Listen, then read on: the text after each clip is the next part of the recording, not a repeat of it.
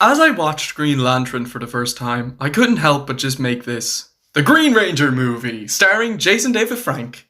I'm very sorry, I just had to make that, okay? Green Lantern was released in 2011 and was directed by Martin Campbell. The Ring chooses a guy and he gets special superpowers and has to stop evil. This review was actually requested by Evan Mark. He said to me in a comment on my Space Jam 2 review, he goes, maybe can you review Green Lantern? And I decided, why the hell not? With the release of Free Guy, and I'm hoping to see it this week, so stay tuned for the review of that. I'm really excited to see it. The positivity around me has my expectations even higher, so I'm really hyped to see Free Guy.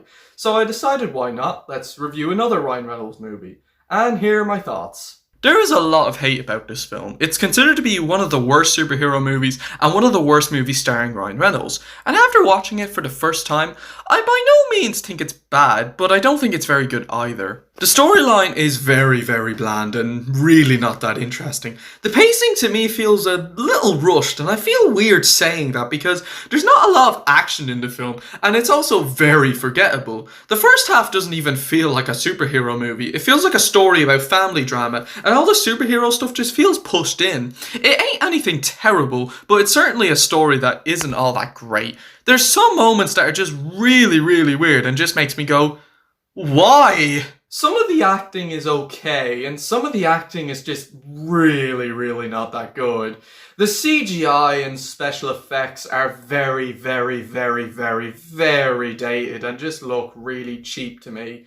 I know it's 10 years old, but I mean, like, there are movies from 2011 that still look fantastic today. This one just looks really not that good. As for the characters, they're all really bland, forgettable, and very one-note. And I have to say, Ryan Reynolds looks really weird with the mask on.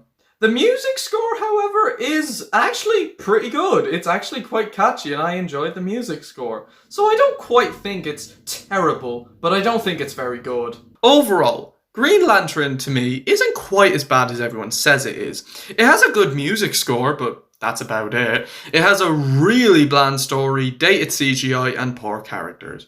I'm going to give Green Lantern a 6 out of 10. So, that's it for my review on Green Lantern. I hope you enjoyed the review.